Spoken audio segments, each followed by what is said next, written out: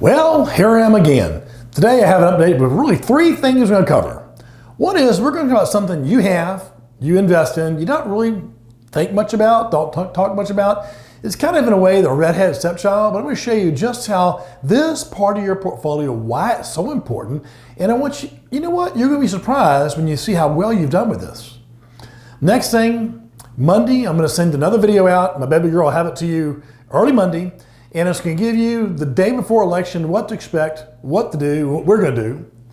And the last thing, and not really the last thing, but the third thing I'm going to update you on is Anna. Now, how many of you remember Anna? I think some of you probably do. It's a client of mine's daughter up in Oklahoma. And she had told me weeks ago how her daughter was 17 years old and was having some stress in school and life, and just prompted me to say, let me talk to Anna. And remember, I visited this young lady over the next few weeks and really got to understand where she was and provided some guidance with her. And she's put it all into play. And so Karen and I decided we're going to fly all the way to Oklahoma to watch her run in this cross-country race. I'm going to give you an update, not just on the race, but what she learned from our conversations and how what she learned is something you could also use to have a much better life. So now I'm going to segue to our bond portfolio. And before I get into it, let me help you understand what for a lot of investment managers a bond portfolio is. It's just kind of a drawer. You go put money in a bond portfolio and it does what it does. And what I've learned is if you do that, that's what it'll do. Just do what it does. However, with our portfolio, the way we've got a barbell system to it has really done far, far better than bonds have. And I want you to see what it's doing, how it's working, and even ask yourself if maybe you want to eventually, or maybe now, move out of the stock market and just go to a bond account. This is one for some people to be appropriate for. So let's take a look now.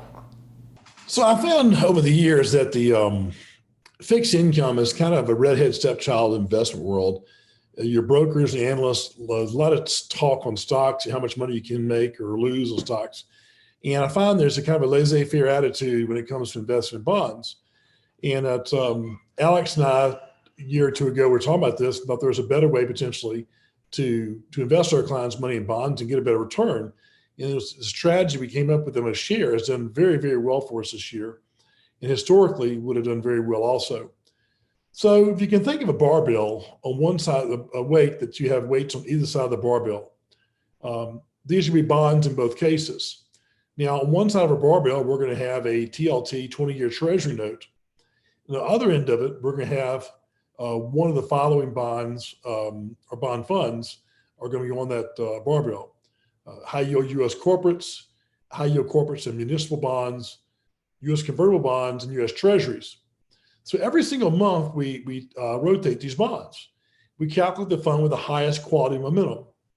So on one end we'll have the TLT, but each month we'll rotate on the other end the bond with its highest quality momentum. Now, we select the fund with the highest quality momentum. If it's moving above its moving average, we invest in it for a month. Every month we repeat that. Now, if it's not moving above its moving average, we just go to a short-term treasury note. Let's take a look at how this worked over time. And really what we're hoping to do is a couple of things. One is we want to get a higher yield out of the bond, but also where we can want to minimize risk. Now, bonds are not nearly as risky as stocks to begin with, but what if we could further reduce that risk? You look at three lines here, a red line, an orange line, and a blue line. The red line is a strategy I just described without the monthly balancing. It's just a buy and hold strategy. The orange line here is the Vanguard Wesley Income Fund. And the blue line is a strategy that I just described. You'll notice something right here. Notice in this area in 2008, where the market went down, both these strategies had a loss as well, but the strategies that we're using in your accounts didn't. Well, ask yourself the simple question, why didn't it go down that year? Remember, every single month, we're looking for a fund with a high that's achieving beyond its typical momentum. So in a given month, in 08, if things were looking really sour, we wouldn't invest in that. But also in 08, the 20-year treasury note went up, I think, over 30% at one point in time. So you'll notice by using the timing strategy, not only do we have a lot more return for our clients, but we were able to negate this loss in '08, which is pretty significant because that was a heck of a loss. Now, during that time, the return of this strategy that I'm showing you ran between 10 and 11% with an 82% monthly win rate. This is showing the blue strategy here is the timing portfolio that's described. Red is what if we don't change on a monthly basis? What if you just buy that bond and let it ride out? The way bonds are typically bought. You just buy and hold them. Well, you'll see, first off, that most of the years from 86 to 2016 were positive years, but in years where there was a loss with the traditional way of investing bonds, the blue strategy had a gain both those years. And I just cannot overemphasize the value in that, because by getting a higher rate of return in our bonds, it puts less pressure on our stocks to do as well, and we're able to dampen the risk of our overall portfolio.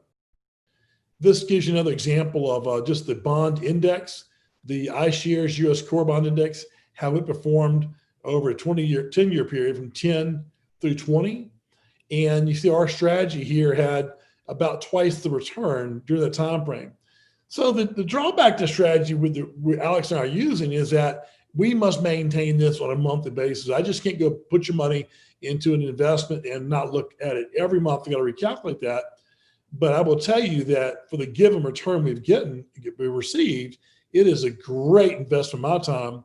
And I'm pointing this out to you today because you're not hearing a lot about in these bad days we've had recently with the volatility as a presidential election occurs. We've had some pretty bad days in the market where the bonds actually performed handsomely. Now let's take a look at a broader span of how returns have been this year. This is our portfolio in bonds this year through September. We hadn't finished October yet, but through September, we're up 17.52% on our bond portfolio, which is just very remarkable considering what the year's been. And if you look at under the hood here, you'll see some other things. The CAGR, or the rate of return of the last over 5 years, is ran 11.01%. Sharpe ratio is an important ratio. Anything above a 0.0 means you're getting a better rate of return, additional rate of return for the given risk you're taking. You'll see that it's not correlated with the stock market, the S&P 500. And 3/4 of the time on a monthly basis, there's a positive return. The volatility is a fraction of the market. So this too is good for us. And then the maximum expected annual drawdown is just a fraction of what the market is. So this is over the last 5 years, and we can back test this back to '07, and you see that the returns are handsome any way you take a look at it. And to the point that for some accounts, some of my more conservative clients in the last month or two, I've really encouraged investing the money only in this fixed income strategy, because admittedly it won't do as good as we could potentially do in stocks on a good year, but man, is it ever a lot less volatile. And I think in retirement, particularly, we need to try to find a way to divorce ourselves from anxiety and fear, because that'll rob your whole retirement. And I'm going to be talking more and more about a fixed income strategy as we go forward. At the end of the year, I'll do an update on how we did for the year end. I just want to try to draw your attention to it and better show what Alex and I have been doing in order to reduce volatility of your overall portfolio and increase your returns. That whole conversation I just had with you on your bond portfolio, you know what it really means? It's showing how it makes sense in this life to make the most use of what you have. Rather than go out and try to find some newfangled exotic investment, let's just be as smart as we can and work as hard as we can to get the most out of what we already have. And that's just a simple way of doing things. Now, Anna. So Karen and I fly out to Oklahoma, and my first impression of Oklahoma was, great Scott, was it cold. I brought 4 shirts that I wore underneath my jacket and was cold the entire morning. But to tell you a little bit about Anna, she is the type of young lady we'd all want to have. 17 years old, just pure sweet young lady. And you know why when you meet her mama. I'm not just saying this because she's my client. Her mother is the kind of woman we'd want to all have as a mother.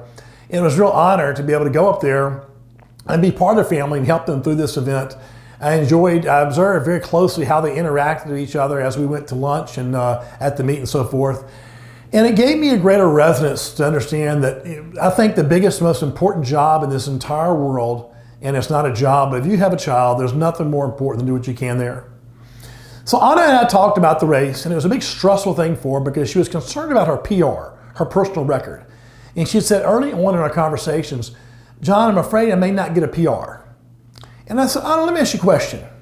If you won the entire race, you set a PR record for the ages, how much would it matter in 10 years?